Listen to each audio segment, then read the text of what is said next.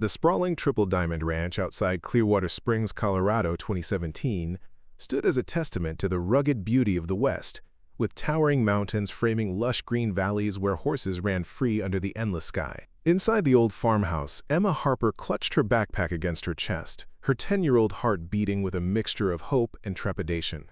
She had arrived just yesterday, the newest foster child in rancher Caleb Morgan's home, but already knew that what she wanted more than anything in the world wasn't the beautiful horse he'd promised. It was the father she'd never had. Before we jump back in, tell us where you're tuning in from, and if this story touches you, make sure you're subscribed, because tomorrow I've saved something extra special for you. Emma stared out the window of her new bedroom, watching the sunrise paint the mountains in brilliant hues of gold and pink. She'd been moved from one foster home to another since she was 6, never staying anywhere long enough to put down roots. Her social worker, Ms. Reynolds, had promised this placement would be different. Caleb Morgan has a special way with troubled kids, she'd said. He gives them space, responsibility, and most importantly, he gives them horses.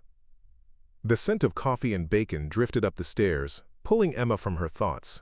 She quickly changed from her pajamas into jeans and a t-shirt, careful not to make much noise. In her experience, it was better to be invisible in a new home until you learn the rules. She'd been surprised yesterday when Caleb had shown her to this large bedroom with its own bathroom and a window seat overlooking the mountains. Most foster homes had cramped spaces, with children sharing rooms and bathrooms. Cautiously, Emma made her way downstairs, following the sounds and smells of breakfast. The farmhouse was spacious but cozy, with worn wooden floors and large windows that welcomed the morning light. In the kitchen, Caleb stood at the stove, his back to her as he flipped pancakes. He was tall, with broad shoulders and dark hair peppered with gray at the temples. At 45, he had the weathered look of a man who spent most of his life outdoors. "Morning?" he said without turning around. "Hope you like pancakes?" Emma froze in the doorway. "How did you know I was here?" Caleb glanced over his shoulder, a slight smile softening his otherwise serious face. "Floor creaks by the 3rd step. Been meaning to fix that for years." "Oh." Emma shifted uncomfortably. "I didn't mean to be sneaky. Didn't think you were." He gestured to the table, already set for 2. "Coffee's made if you drink it. There's orange juice and milk in the fridge." Emma hesitated. "I'm allowed to just take things from the fridge?" Something flashed across Caleb's face. Sadness, maybe, or anger. But it was gone so quickly, Emma thought she might have imagined it. "This is your home now, Emma. At least for as long as you want it to be. What's mine is yours, including the contents of the refrigerator." Home. The word felt strange to Emma, foreign and dangerous to believe in. She'd heard it before, from other foster parents who'd eventually sent her back. She slid into a chair at the table, watching as Caleb brought over a plate stacked high with pancakes. "Thank you," she said softly. "You're welcome." He poured syrup into a small pitcher and set it beside her. "After breakfast, I thought I'd show you around the ranch. There's someone I want you to meet." Emma poked at her pancakes. "Another kid?" "No, though there are 2 others who stay with me. They're away at summer camp right now. They'll be back next week." Caleb took a sip of his coffee. "I was thinking you might like to meet Starlight." "Is that a horse?" Caleb nodded. "She's young, just broke into saddle last year. Spirited, but gentle when it counts. Thought you 2 might get along." Emma ate in silence for a moment, considering. Ms. Reynolds had mentioned that Caleb used equine therapy with foster kids, but Emma had never been close to a horse before. The thought was both exciting and terrifying. "I don't know how to ride," she admitted. "Most kids who come here don't," Caleb replied easily. "That's part of the journey." After breakfast, Emma helped clear the dishes, then followed Caleb outside. The morning air was crisp and clean, carrying the scent of pine and hay. The ranch sprawled before them, a collection of well-maintained buildings surrounding a large barn painted the traditional red. Beyond the immediate structures, fenced pastures stretched toward the mountains, where horses grazed in small groups. "Triple Diamond's been in my family for 4 generations," Caleb explained as they walked toward the barn. "My great-grandfather started with just 50 acres and 3 horses. Now we've got over 600 acres and 30 horses." "You live here all alone?" Emma asked, struggling to keep up with his long strides.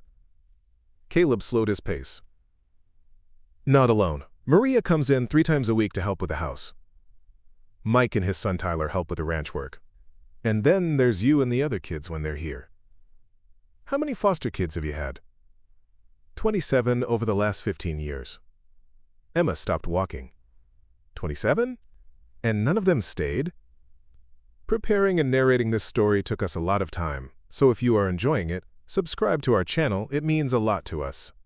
Now, back to the story.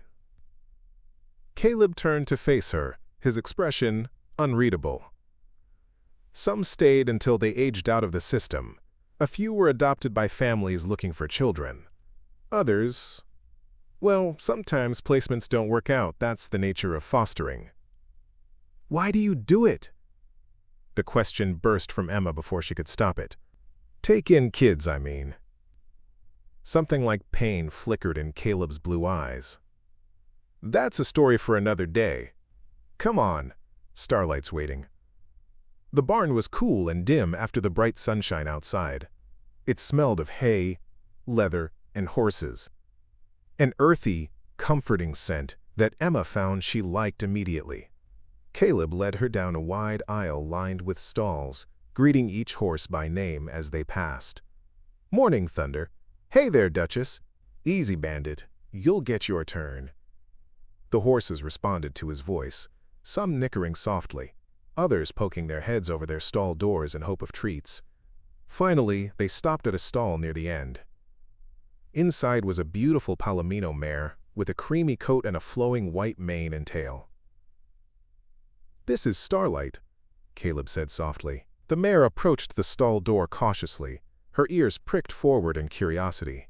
Emma found herself holding her breath as the horse stretched her neck, nostrils flaring as she took in Emma's scent. "She's beautiful," Emma whispered. "She is," Caleb agreed. "And she's had a rough go of it, like some of the kids who come here. Found her half-starved on an abandoned property last winter. Owner had died, and no family came to claim his animals. Took months to get her healthy again." Emma felt a sudden kinship with the horse. "Can I touch her?" "Slowly. Let her come to you." Emma held out her hand, palm up, the way she'd seen people do in movies. After a moment's consideration, Starlight gently nudged Emma's hand with her soft muzzle. The touch sent a thrill through Emma, a connection she hadn't expected. "She likes you," Caleb observed. "How can you tell?" "Her eyes. Horses communicate a lot through their eyes and ears. See how relaxed she is? No tension in her face?" Emma studied the mare, noting the soft gaze and forward-pointing ears. What would she look like if she was scared or angry? Good question. Ears pinned back, whites of the eyes showing, tense jaw. Caleb demonstrated with his own face, making Emma laugh despite herself. It was the first time she'd laughed in longer than she could remember. "Can I learn to ride her?" "Eventually. First, you need to build trust. That takes time." Caleb produced a carrot from his pocket. "Here, hold this flat on your palm."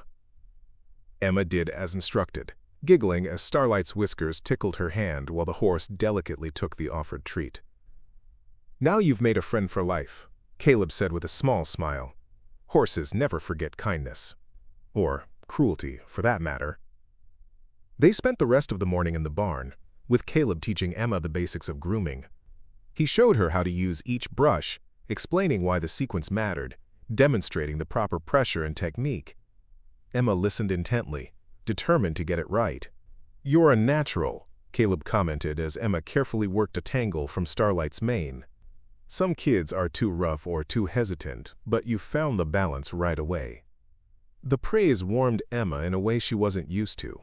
Most adults in her life had focused on her shortcomings, her difficulty sitting still in class, her tendency to withdraw when overwhelmed, her occasional outbursts when pushed too far. No one had ever called her a natural at anything before. After lunch, Caleb showed Emma the rest of the ranch. The tack room with its neat rows of saddles and bridles, the feed room stocked with grain and supplements, the small clinic where minor injuries were treated, and the training ring where Caleb worked with new or troubled horses. "This is where the magic happens," he explained, leaning against the fence of the round pen. "A horse that won't take a saddle, that bucks when ridden, that can't be caught. They all come here to learn trust." "How do you do it?" Emma asked, genuinely curious. "Patience, consistency, clear boundaries." Caleb glanced at her. "Not so different from what kids need, really." Emma considered this. Her previous foster homes had varied wildly in their approaches. Some had been strict to the point of cruelty, others so permissive that chaos reigned. None had offered the kind of steady presence that Caleb seemed to embody. "What are the rules here?" she asked, bracing herself. Caleb didn't answer immediately, seeming to give the question serious thought. "Respect yourself, respect others, respect the animals, respect the land. That covers most situations. Specific stuff. Meals are together when possible, chores are shared, everyone helps according to their abilities, and honesty matters more than being right." It was simpler than Emma had expected, and somehow more profound. "What happens if I break a rule?" "We talk about it, figure out why it happened, and how to make it right." Caleb's gaze was direct, but not unkind. "I don't believe in punishment for its own sake. I believe in consequences that teach." Emma wasn't sure what to make of that. In her experience, adults made rules to exert control, not to teach. Breaking rules meant punishment, sometimes severe. The idea that rules could exist for everyone's benefit, including her own, was novel. As the afternoon progressed, Caleb introduced Emma to Mike, the ranch foreman, and his 16-year-old son Tyler. Mike was short and wiry with a perpetual squint from years in the sun, while Tyler was tall and gangly, still growing into his limbs. Both greeted Emma warmly, without the wariness she often encountered from people who knew she was a foster child. "Glad to have another set of hands around here," Mike said, tipping his hat to her. "Tyler's been complaining about mucking stalls all by himself since the other kids left for camp." Tyler rolled his eyes good-naturedly. "Only because you make me do it every morning at dawn, Pop." "Best time of day," Mike replied cheerfully. "Cool air, quiet barn, just you and your thoughts." "And the horse poop," Tyler added, making Emma giggle. "You'll start with easier chores," Caleb assured Emma. "Feeding, watering, maybe some grooming once you're comfortable with it. We all pull our weight here, but nobody gets more than they can handle." That evening, as the sun began to set behind the mountains, painting the sky in spectacular shades of orange and purple, Emma sat on the porch swing, taking in the vastness of her new surroundings. In the city foster homes, there had always been noise. Traffic, neighbors, televisions blaring. Here, the sounds were different. The soft nickering of horses, the rustle of wind through pine trees, the distant call of a hawk. Caleb emerged from the house carrying 2 mugs. He handed one to Emma, hot chocolate topped with miniature marshmallows, before taking a seat in the rocking chair nearby with his own mug of coffee. For several minutes they sat in companionable silence, watching the sky darken and the first stars appear. Emma found herself relaxing in a way she rarely did around adults, especially ones she barely knew. "My parents died when I was 8, Caleb said suddenly, his voice quiet but clear in the evening stillness. "Car accident. I went to live with my grandfather here on the ranch." Emma looked at him in surprise. He hadn't struck her as someone who shared personal information easily. Was he nice? "Your grandfather?" Caleb considered the question. "Nice isn't the word I'd use. He was. Fair. Tough, but fair. He taught me everything about ranching, about horses. When he died, I was 17, almost aged out of the system myself." "What happened?" "The ranch passed to me, but I needed a guardian until I turned 18. My grandfather's foreman and his wife took me in, made it legal. They're gone now, but I never forgot what that meant to me, having someone step up when they didn't have to." Emma understood then why Caleb fostered children. "Is that why you take in kids like me?" "Partly," Caleb admitted. "I know what it's like to lose everything, to wonder where you belong. I know what a difference it makes to have someone believe in you." "And the horses?" A small smile crossed his face. "Horses saved me. When everything was chaos, they were the constant. They don't care who your parents were or weren't. They don't care if you're angry or sad or scared, as long as you're honest about it. A horse will meet you wherever you are, without judgment. Emma thought about Starlight, about the gentle acceptance she'd felt from the mare. I liked how she felt, real. Not pretending to be nice just because someone's watching. That's exactly it, Caleb nodded approvingly. Horses don't lie. What you see is what you get. People lie all the time, Emma said, thinking of the many adults who had promised to keep her, to give her a forever home, only to send her back when things got difficult. They do, Caleb agreed, surprising her again with his honesty. Sometimes because they're scared, or because they don't know better. Sometimes because they want something to be true so badly they convince themselves it is. Have you ever lied to a foster kid? The question slipped out before Emma could stop it. Caleb met her gaze steadily. I've never promised something I wasn't sure I could deliver. I won't tell you this is forever, Emma. I won't tell you that everything will be perfect. What I can promise is that as long as you're here, you'll be safe, you'll be respected, and you'll never be invisible. The words settled over Emma like a warm blanket, comforting in their restraint. No grand promises, no fairy tale endings, just simple truths she could maybe, possibly believe in. As the stars multiplied overhead, Emma felt something unfamiliar stirring in her chest. Not quite hope, but perhaps its quieter cousin, possibility. The days fell into a rhythm at Triple Diamond Ranch. Emma woke early, helped with morning chores, spent time with Starlight, joined Caleb for various ranch tasks, and in the evenings, they would sit on the porch, sometimes talking, sometimes simply enjoying the silence together. A week into her stay, Emma was in the barn grooming Starlight when Tyler appeared, leading a saddled horse. Dad sent me to see if you want to ride with us to check the north fence line, he said. Nothing fancy, just walking pace, but Caleb thought you might enjoy getting out. Emma hesitated, her brush pausing mid-stroke on Starlight's neck. I don't know how to ride yet. Caleb says you're ready for a first lesson. You'll be on Duchess. She's basically a couch with legs, perfect for beginners. I'll lead her, and Caleb will be right there. The opportunity was too tempting to resist. Emma quickly finished grooming Starlight, promising to return later, then followed Tyler outside where Caleb waited with two other horses. One was his own mount, a powerful black gelding named Thunderbolt. The other was a plump, pleasant-looking bay mare. This is Duchess, Caleb introduced. 20 years old and wise as they come. She's carried every beginner who's ever stayed here. For the next 15 minutes, Caleb patiently showed Emma how to approach the horse, how to mount safely, how to hold the reins, and the basics of using her legs and seat to communicate with Duchess. The mare stood patiently through it all, occasionally turning her head to look at Emma as if checking on her progress. Ready? Caleb asked once Emma seemed settled in the saddle. I think so, she replied, nervous excitement fluttering in her stomach. Tyler will lead Duchess for this first outing, but pay attention to how it feels. Notice how she moves, how she responds to direction. The goal isn't just to sit on top of a horse, it's to become partners.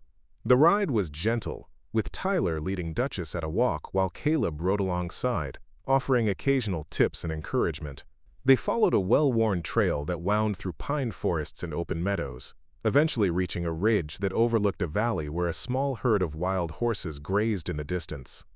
Those are mustangs, Caleb explained as they paused to rest the horses. Wild horses. Their ancestors escaped from Spanish explorers centuries ago. They've been free ever since. Emma watched in awe as the wild horses moved together across the landscape, their movements synchronized and graceful. They're beautiful. They are, Caleb agreed, and valuable. They teach us about true herd dynamics, about natural horsemanship. I come up here sometimes just to watch them. Do you ever catch them? Occasionally, if one is injured or in trouble, but mostly I leave them be. Freedom matters to them, same as it does to us. As they watched, one horse, a striking blue roan stallion, separated from the herd, trotting up the opposite slope, with his head high and tail flagged. The rest of the herd followed, mares and foals moving as one unit. That's the lead stallion, Tyler explained. He's taking them to water. See how they all trust his decision? But he's not forcing them, Emma observed. They're choosing to follow him. Caleb gave her an approving nod. That's the best kind of leadership, in horses or humans. Not forced, but earned through trust and consistency. On the ride back to the ranch, Emma found herself relaxing into the rhythm of Duchess's steady walk, the initial nervousness giving way to enjoyment. By the time they returned to the barn, she was grinning from ear to ear. "So?" Caleb asked as he helped her dismount. "What did you think?" "It was amazing," Emma admitted. "I felt, I don't know, free." "That's the magic of horses," Caleb said with a small smile. "They carry more than just our weight." That night, lying in bed, Emma replayed the day's events in her mind. The trust Duchess had shown her, the spectacular view from the ridge, the wild horses moving across the valley, it all combined to create a sense of peace she hadn't experienced before. For the first time since arriving at Triple Diamond, she allowed herself to imagine staying, becoming part of this place, learning its rhythms and secrets. But a lifetime of disappointment had taught Emma to be cautious with hope. People left, situations changed, promises were broken. No matter how genuine Caleb seemed, no matter how much she already loved Starlight, Emma kept a part of herself protected, waiting for the inevitable moment when this too would end. The next morning, Caleb announced that the other foster children would be returning from camp that afternoon. "Jake is 14 and Sophia is 12, he explained over breakfast. "They've both been with me for about a year now." Emma pushed her eggs around her plate. Are they staying forever?" Caleb set down his coffee mug. "Jake's mother is working toward reunification. She's made good progress with her recovery program. Sophia's situation is more complicated. Her grandmother is petitioning for custody, but there are some health concerns. So they're both leaving eventually. Possibly. That's how fostering usually works, Emma. The goal is reunification with family when it's safe and possible." Caleb studied her face carefully. "Are you worried about meeting them?" Emma shrugged, not wanting to admit that she was worried about being replaced, about losing the tentative connection she'd begun to form with Caleb and with Starlight. "They're good kids," Caleb continued. "Jake's quiet, keeps to himself mostly, but he's a hard worker. Sophia's the opposite, talks a mile a minute, curious about everything. I think you'll like them." When the camp van pulled up that afternoon, Emma hung back on the porch, watching as two children spilled out amid duffel bags and sleeping rolls. Jake was tall for 14, with dark hair and a serious expression. Sophia was small and wiry, her red hair pulled into messy braids, her face scattered with freckles. Caleb greeted them both with genuine warmth, listening as Sophia launched into an enthusiastic account of camp activities, while Jake offered shorter, more measured comments. After a few minutes, Caleb turned and beckoned to Emma. "Jake, Sophia, this is Emma. She'll be staying with us for a while." Sophia bounded forward immediately. "Hi, did you meet Starlight yet?" Caleb said he was saving her for someone special. "Do you like to ride? I have a pinto named Freckles. You can meet him tomorrow if you want." Emma blinked, overwhelmed by the barrage of questions and the girl's boundless energy. Yes, I met Starlight. She's really nice." Jake approached more slowly, offering a nod of acknowledgement. "New kid, huh? You'll like it here." "Caleb's cool." "Thanks," Emma replied, uncertain how to respond to his matter-of-fact assessment. "Let's get your stuff inside," Caleb suggested. "Then you can show Emma around the pastures and introduce her to your horses." The tour with Jake and Sophia was different from the one Caleb had given. They showed Emma their secret places.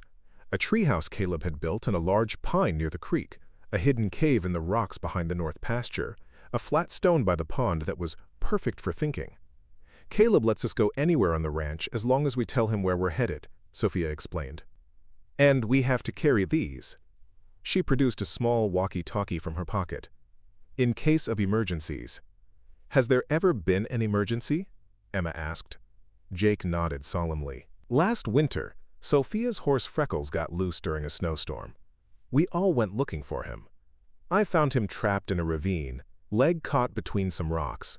If I hadn't had the radio to call Caleb, Freckles would have frozen," Sophia finished, her usual exuberance dimmed by the memory.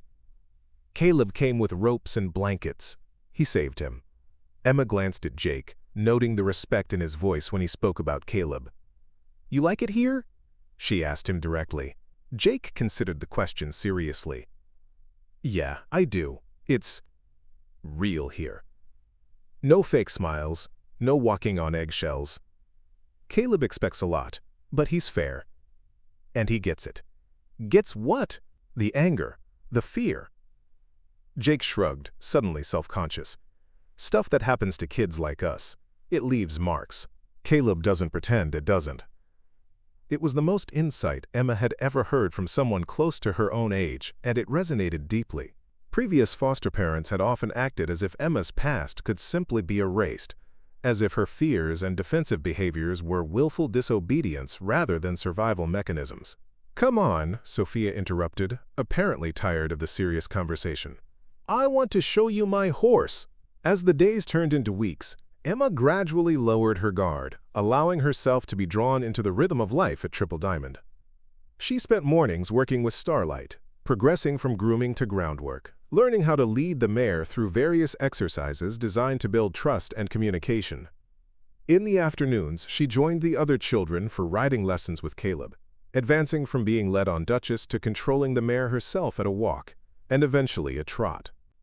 The first time she successfully guided Duchess through a series of turns using just her seat and leg pressure, Caleb's quiet, "Well done, Emma," filled her with a pride she'd never experienced before. Evenings were for homework. Caleb insisted on daily summer studies to prevent brain rust, followed by shared meals where everyone took turns discussing the best and most challenging parts of their day. After dinner, there were board games, books, or sometimes just conversation on the porch as the stars emerged. It was during one such evening, about a month after her arrival, that Emma finally gathered the courage to ask the question that had been burning inside her. "Caleb?" she began hesitantly. "How long will I stay here?" The conversation around the table stilled. Jake and Sophia exchanged glances, clearly familiar with the weight of such a question. Caleb set down his fork, giving Emma his full attention. "That depends on several factors, some of which are out of my hands." "Like what?" "Your case plan, for one. The court's decisions. Your mother's situation." Emma's breath caught. Her mother was a shadowy figure in her memory. Brief visits early in her time in foster care, promises of reunification that never materialized, and finally, years of silence. "My mom? What about her?" Caleb's expression was carefully neutral. "Ms. Reynolds mentioned that your mother has recently made contact with the department. She's expressed interest in reconnecting." The world seemed to tilt beneath Emma. "She wants me back?" "It's more complicated than that," Caleb said gently. "She's taking initial steps, which is positive. But there's a long road ahead before reunification would be considered." Emma pushed away from the table, her appetite gone. "She left me. For years. And now she just decides she wants to be a mom again?" "Emma." "No." She cut him off, anger and confusion boiling inside her. "She doesn't get to do that. She doesn't get to just come back like nothing happened." Without waiting for a response, Emma fled the room, running upstairs to the sanctuary of her bedroom. She flung herself onto the bed, hot tears streaming down her face. The unfairness of it all crushed down on her, just when she'd found somewhere she might belong. Just when she'd begun to trust Caleb and connect with Starlight, her mother's ghost had reappeared to disrupt everything. A soft knock at the door interrupted her thoughts. "Emma?" It was Caleb's voice, calm and steady. "May I come in?" For a moment, Emma considered refusing, but something in his tone, respect rather than demand, made her call out a muffled okay. The door opened, and Caleb entered, carrying a mug of hot chocolate with the miniature marshmallows she favored. He set it on the bedside table, then sat at the edge of the bed, giving her space. "I'm sorry," he said simply. "I should have spoken to you privately about this." Emma sat up, wiping at her eyes. "When did you find out?" "Yesterday." Ms. Reynolds called while you were riding with Sophia. "Were you going to tell me?" "Yes, tonight. I wanted to have all the information first." Emma reached for the hot chocolate, needing something to do with her hands. "What does she want?" "To start with supervised visits, according to Ms. Reynolds." "And then?" Caleb sighed. That would depend on how the visits go, on her progress with her recovery program, on the stability of her housing and employment, and most importantly, on what you want. What I want doesn't matter. It never has. It matters to me, Caleb said firmly. And legally, at your age, the court will take your wishes into serious consideration. Emma looked up at him, searching his face for signs of deception and finding none. Really? Really, no one's going to force you into a situation where you feel unsafe or unwanted. The validation of her feelings, the acknowledgement that her opinion mattered, was so unexpected that fresh tears welled in Emma's eyes. I don't want to leave, she whispered. I like it here. I like Starlight, and Jake, and Sophia, and you. I like having you here, Caleb replied, his voice gentle but sincere. You're a remarkable young woman, Emma. Brave, intelligent, compassionate, especially with Starlight. Any parent would be proud to call you their daughter. The word parent hung in the air between them. Emma had never known her father, and her mother had been absent for most of her life. Caleb was the closest thing to a parent she'd ever experienced. Consistent, trustworthy, demanding but fair. I don't want a mom, Emma said finally. I had one, and she left. I don't need another one. Caleb nodded, accepting her feelings without judgment. What do you want, Emma? The question was simple, but the answer that rose to Emma's lips was anything but. She bit it back, afraid to voice the longing that had been growing inside her since her arrival at Triple Diamond. Instead, she said, I want to stay here. I want to keep working with Starlight. Then we'll take it one day at a time, Caleb promised. Whatever happens, you'll always have a place here at Triple Diamond, even if it can't be your permanent home. It wasn't everything Emma wanted to hear, but it was honest, and after a lifetime of broken promises, honesty felt like solid ground beneath her feet. The next morning, Emma rose early and slipped out to the barn before breakfast. She needed time with Starlight, needed the uncomplicated comfort of the mare's presence. The Palomino greeted her with a soft nicker, pushing her golden muzzle against Emma's chest in what felt like a horse hug. Hey, beautiful, Emma whispered, burying her face in Starlight's mane. At least you're not going anywhere. Morning chores still need doing, even on rough days, a voice observed from behind her. Emma turned to find Jake leaning against a stall door, already dressed for work in worn jeans and boots. Unlike Sophia, who filled every silence with chatter, Jake had a way of simply being present without demanding attention. I know, Emma replied. I was just saying good morning to Starlight first. Jake nodded, accepting her explanation without challenge. He moved to the feed room, returning with 2 buckets of grain. He handed one to Emma. South Row today? It was an offer of companionship without pressure, and Emma found herself grateful for it. Sure. They worked side by side, filling water troughs and distributing feed, the familiar tasks providing a sense of normalcy after the emotional turbulence of the previous evening. As they finished the last stall, Jake cleared his throat. My dad's in prison, he said without preamble.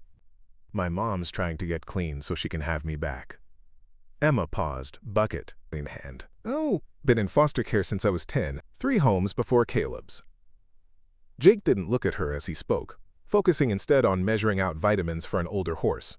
First 2 were okay. Third one was bad. Really bad. I'm sorry, Jake shrugged. Point is, I get it.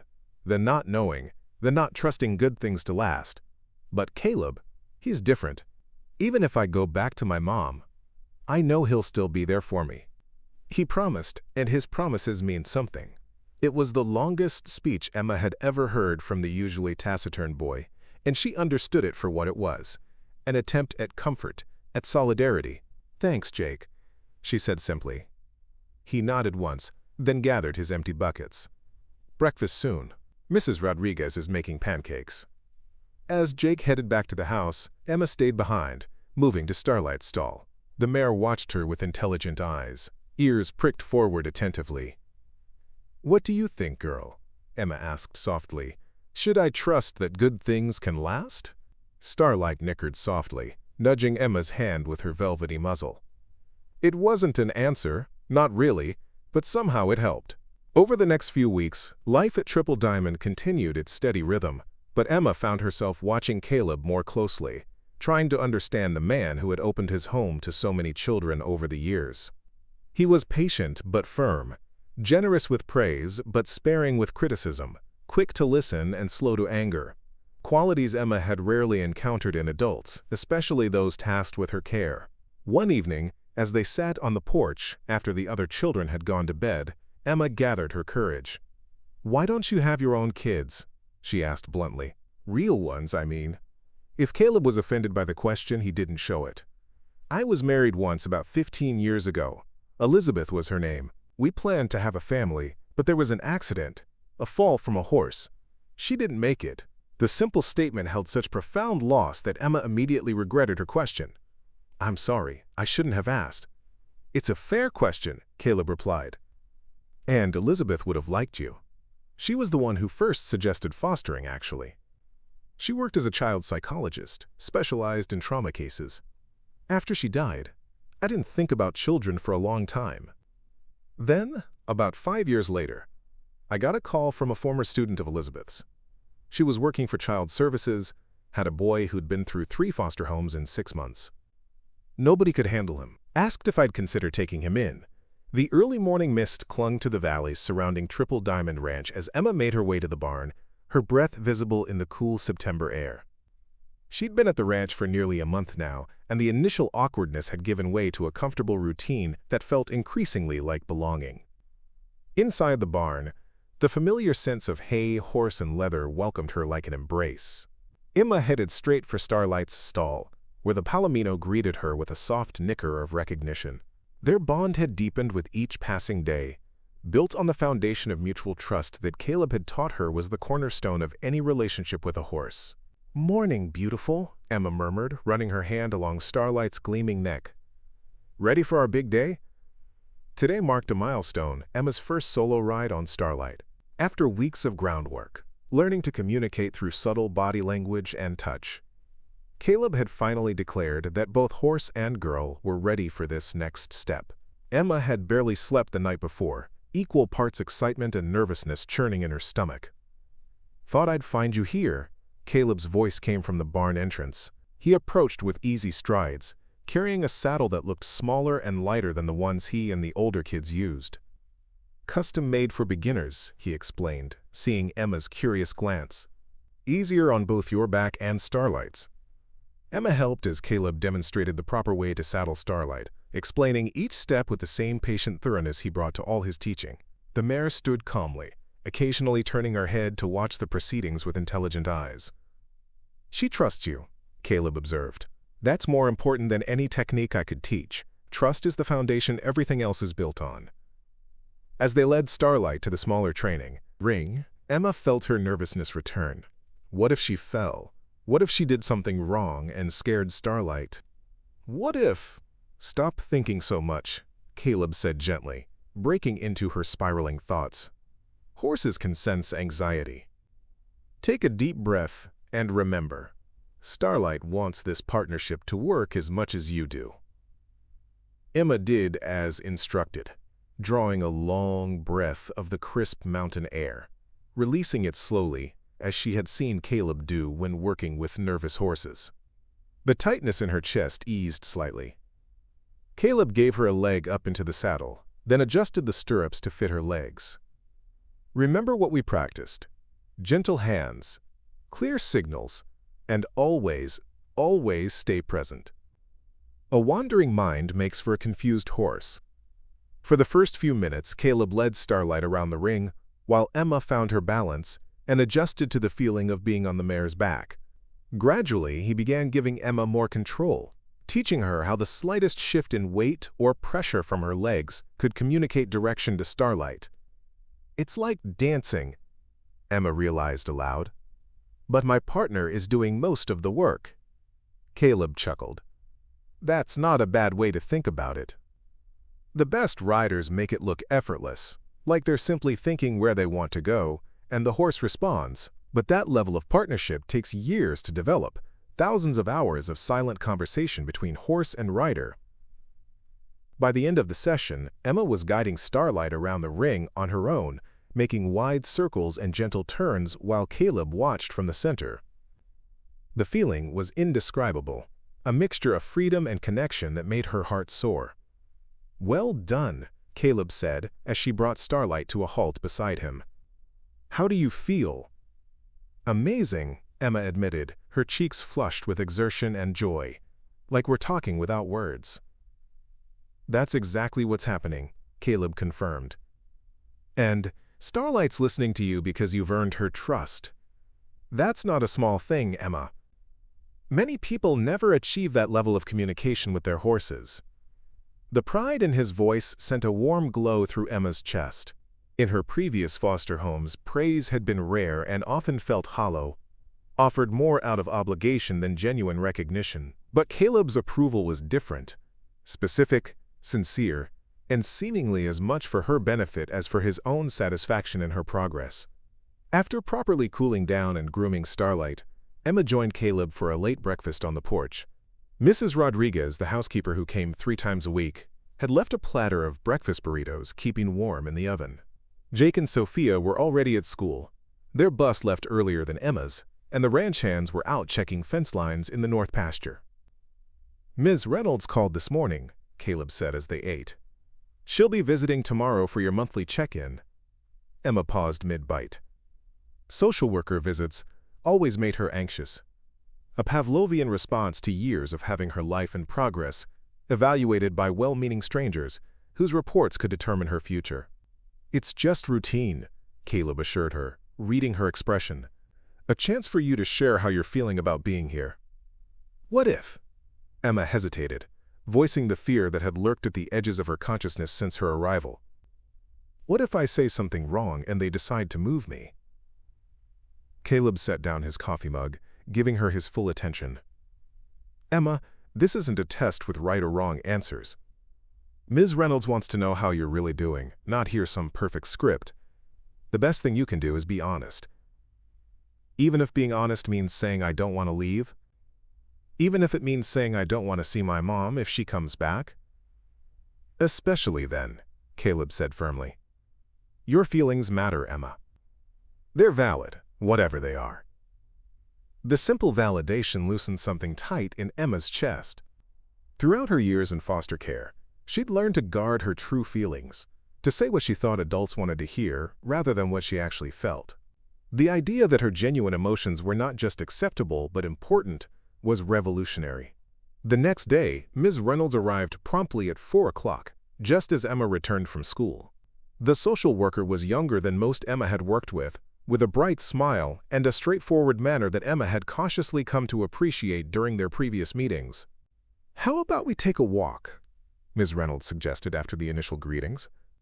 "I'd love to see more of the ranch, and we can talk along the way." They set off down a trail that led toward the creek, the afternoon sunlight filtering through the changing leaves of the aspen trees. Ms. Reynolds asked about school, about Emma's relationship with Jake and Sophia, about her progress with Starlight. Emma found herself answering more openly than she had in previous check-ins, describing her first solo ride with undisguised excitement. "It sounds like you're settling in well," Ms. Reynolds observed as they paused on a wooden footbridge spanning the creek. "How are things with Caleb?" Emma leaned against the railing, watching the clear water tumble over smooth stones below. "He's different from other foster parents I've had," she said after a moment. "He doesn't try to make me be something I'm not. He just sees me, I guess." "That's a rare gift," Ms. Reynolds said softly, "seeing people as they are, not as we wish they were."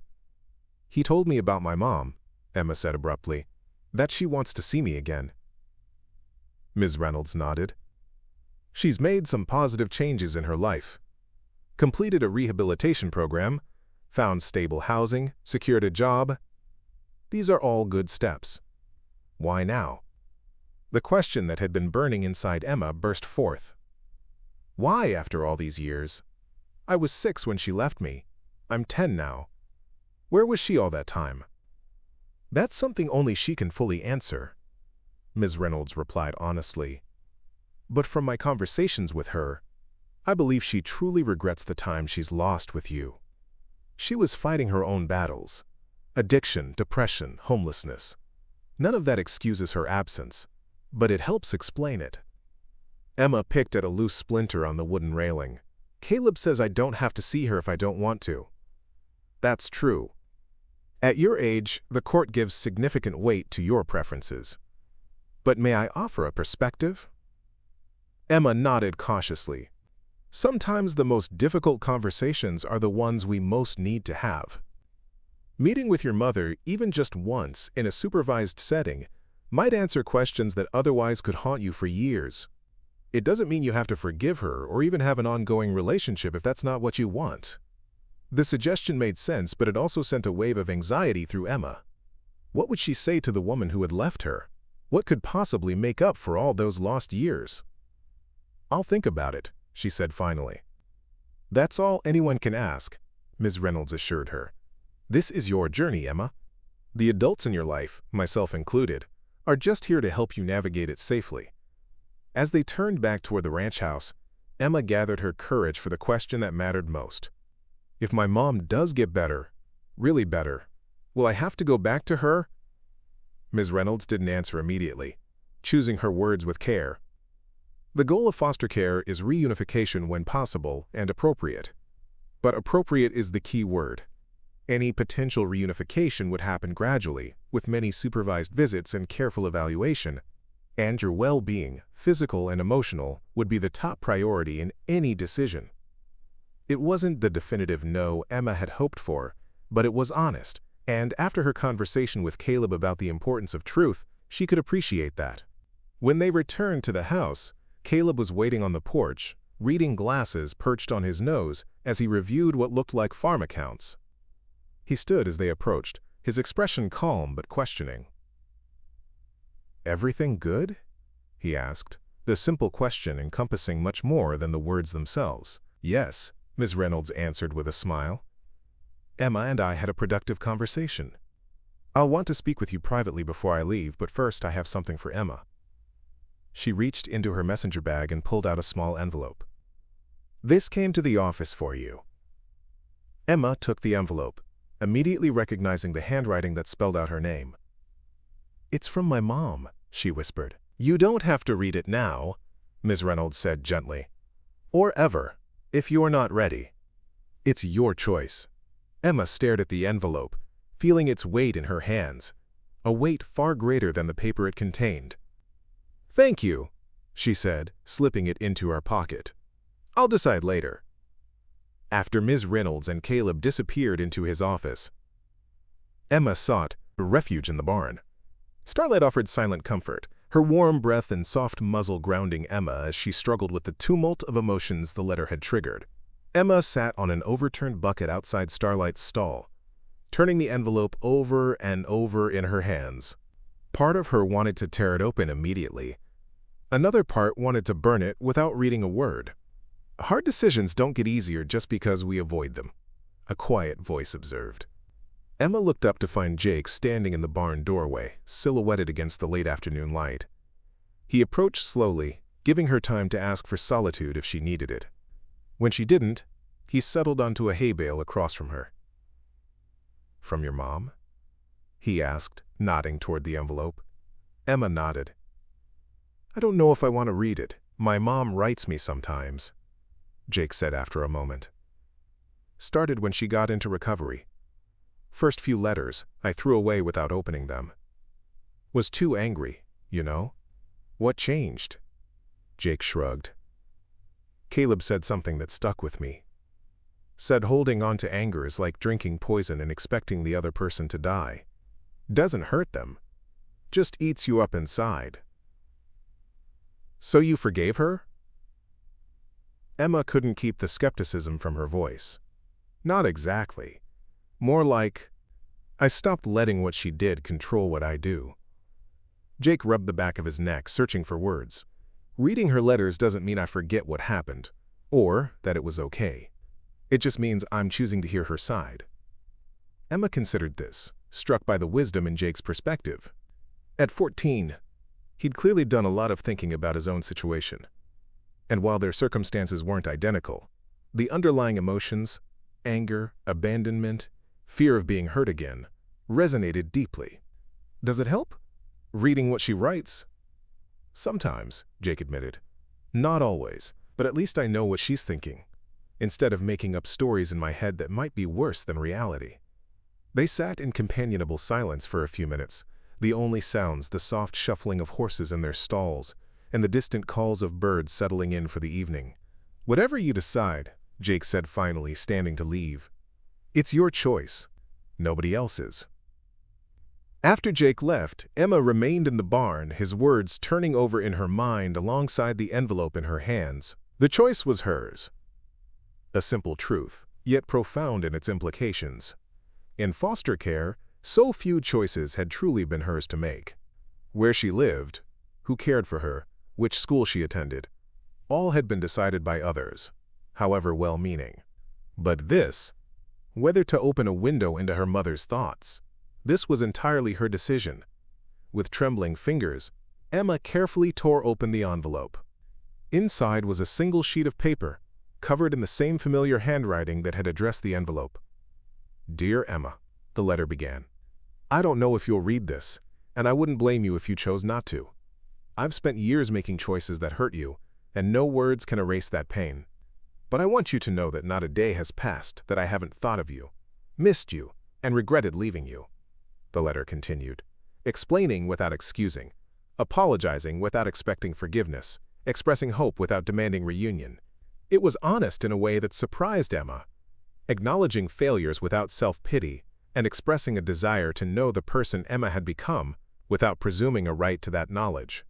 By the time she finished reading, tears streaked Emma's cheeks. The letter hadn't magically healed the wounds of abandonment, but it had done something perhaps more important. It had made her mother human again, rather than the monster or saint she had alternately imagined over the years. Carefully folding the letter and returning it to its envelope, Emma made her way back to the house. The sun was setting, painting the mountains in fiery hues of orange and gold, the beauty of it catching in her throat despite her emotional turmoil. She found Caleb in the kitchen, preparing dinner while Sophia set the table and Jake chopped vegetables. The domesticity of the scene struck Emma anew, this makeshift family creating normalcy from the fragments of their different broken pasts. "Can I help?" she asked, her voice still rough from crying. Caleb looked up, his expression softening as he took in her tear-stained face. He didn't ask if she was okay or pry about the letter, just nodded toward a loaf of bread on the counter. "That needs slicing if you're willing." The simple task gave Emma something to focus on, besides the swirl of emotions inside her.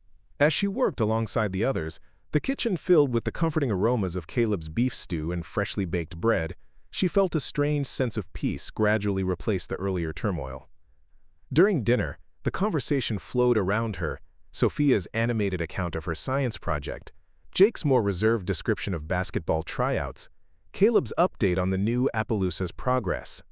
No one pressed Emma to contribute, but they included her with glances and small smiles, creating space for her to join when ready. After the meal, as Jake and Sophia cleared the table, Emma finally spoke. "I read my mom's letter." Caleb, who had been wiping down the counter, paused but didn't turn immediately, giving her a moment to continue if she wanted to. "She's sorry," Emma said simply, "for leaving, for the drugs, for everything." Caleb nodded, turning to face her. "And how do you feel about that?" It was such a Caleb question, direct without being intrusive, open-ended without being vague. "Confused," Emma admitted. "Part of me wants to believe her, part of me is scared too." "Both of those feelings make perfect sense," Caleb said, leaning against the counter. "Trust, once broken, isn't easily rebuilt, but it's not impossible." "Like with your rescue horses?" A small smile touched Caleb's lips. "Similar in some ways. Every horse that comes here with trust issues has its own timeline for healing. Some come around in weeks, others take months or even years. The key is consistency and patience, showing up day after day, proving through actions rather than words that this time is different. Ms. Reynolds thinks I should meet with her, my mom. And what do you think?" Emma took a deep breath. I think I want to. Not right away, but maybe. Soon. Just to see." "That's brave," Caleb said, and the simple acknowledgement of her courage brought fresh tears to Emma's eyes. "Whatever happens, whatever you decide after meeting her, Know that your place here is secure. This is your home for as long as you need or want it to be. Home? The word still felt fragile in Emma's mind, too precious to fully embrace for fear of having it snatched away. But with each passing day at Triple Diamond, with each morning greeting starlight and each evening on the porch with Caleb, the concept grew more tangible, more possible. Later that night, as Emma prepared for bed, a soft knock sounded at her door. She opened it to find Sophia, already in pajamas adorned with galloping horses, her red hair freshly braided for sleep. "I made you something," the younger girl said, holding out a small package wrapped in tissue paper. "Jake said you had a hard day, so—" Touched by the gesture, Emma unwrapped the gift to find a braided leather bracelet, similar to those Sophia often made during quiet evenings. This one was more intricate than most, with 3 different colors of leather woven together in a complex pattern. "It's beautiful," Emma said honestly. "Thank you," Sophia beamed. "The colors mean something. Brown is for earth, like being grounded and stable. White is for starlight, because she's so important to you. And blue is for the sky, because Caleb always says possibilities are as endless as the Colorado sky." The thought that had gone into the simple gift left Emma momentarily speechless. She slipped the bracelet onto her wrist, the leather soft against her skin. "When I first came here," Sophia continued, "I was really sad all the time. My parents died in a car crash, and my grandma was too sick to take care of me, and everything felt wrong. Caleb gave me freckles and said that sometimes when people can't fix our hearts, horses can. And he was right." "Did it get easier?" Emma asked quietly. "Missing your parents?" Sophia considered the question seriously. "Not easier, exactly. Just different. Like, I still miss them every day, but now I can remember the good stuff without feeling like I'm falling apart. And I have new good stuff too, with Caleb and Jake and Freckles. And now you and Starlight." The simple wisdom in Sophia's words struck Emma deeply. Perhaps that was the key. Not replacing what was lost, but creating space for something new alongside the memories. "Thanks, Sophia," she said, giving the younger girl a spontaneous hug. "For the bracelet and for everything else." Sophia's arms tightened around her briefly before she pulled away with a grin. "That's what sisters do, right?" "Night, Emma!" As she bounded back down the hallway to her own, countless times, sometimes with rage, sometimes with tears, sometimes with cool indifference. But now, faced with her mother's evident remorse, she found herself simply asking, why? It was the question that had haunted her for years, and Cynthia didn't flinch from it. "The simple answer is addiction," she said quietly. "But that's not the whole truth. I was young when I had you, just 19.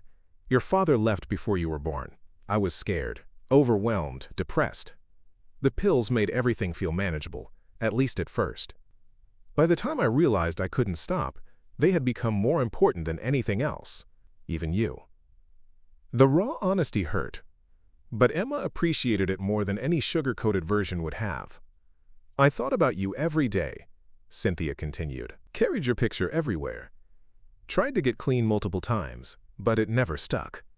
Not until I hit rock bottom, homeless, sick, nearly died from an overdose 3 years ago. That was my wake-up call." 3 years? Emma couldn't keep the accusation from her voice.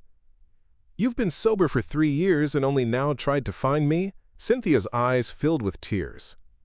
"I wasn't ready before. My counselor helped me understand that coming back into your life before I was truly stable would only hurt you more. I needed to prove to myself that my recovery would last, that I could be dependable. I needed to become someone worthy of being your mother again." The explanation made a painful kind of sense. Emma thought about what Caleb had said about building trust through consistent actions rather than words or promises. "What happens now?" she asked, her voice smaller than she intended. "That depends on what you want," Cynthia replied. "I'd like to be part of your life again, but I know I have to earn that privilege. We could start with letters, phone calls, supervised visits like this one, whatever feels comfortable for you." "And if I wanted to stay at Triple Diamond? With Caleb and Starlight?" A flash of pain crossed Cynthia's face, but she nodded. "From what Ms. Reynolds has told me, it sounds like you've found a good home there, a safe place. That's all I've ever wanted for you, even when I was too broken to provide it myself." The answer surprised Emma. She had expected demands, guilt trips, promises that things would be different if she came home. The respect for her needs and wishes was unexpected and, in its own way, a sign that perhaps her mother had indeed changed.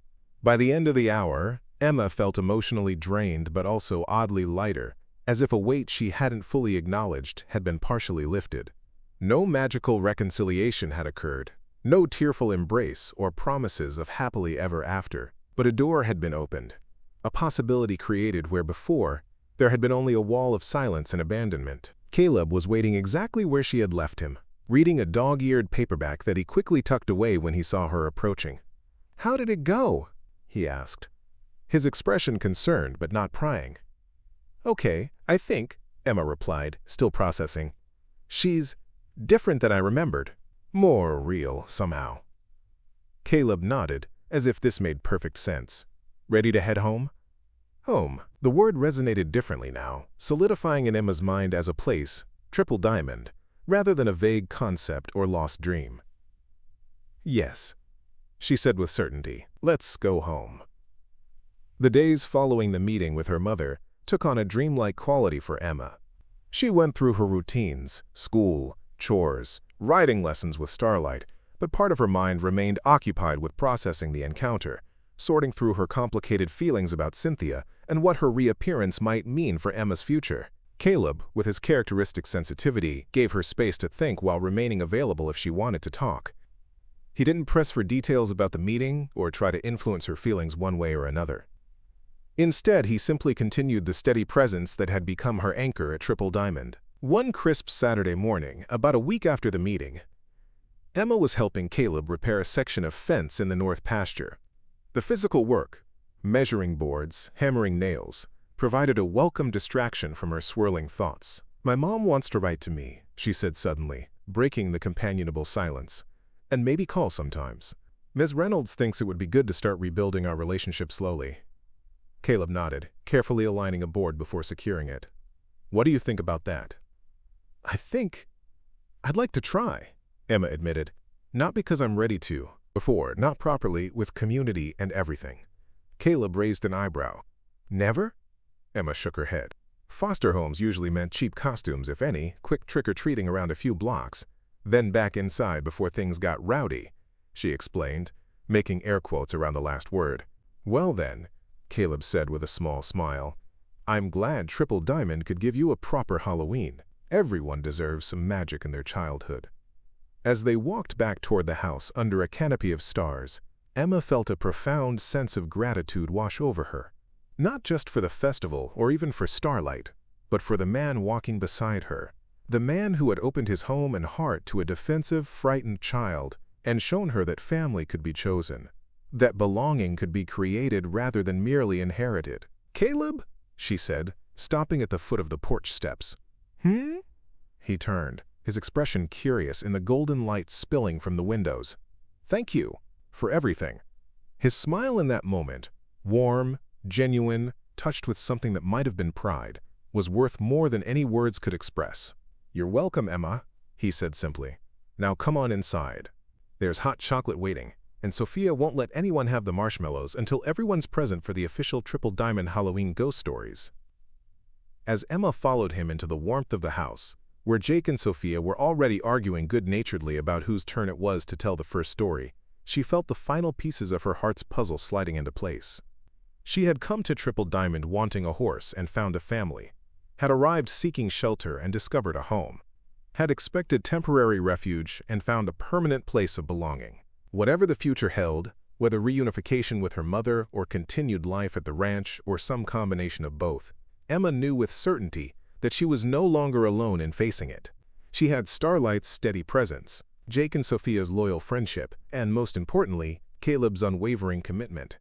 "I don't want a horse," she had said. "I want a dad." And somehow, against all odds, in this place of second chances and healing, she had found both. Up next, you've got 2 more standout stories right on your screen. If this one hit the mark, you won't want to pass these up. Just click and check them out. And don't forget to subscribe and turn on the notification bell so you don't miss any upload from us.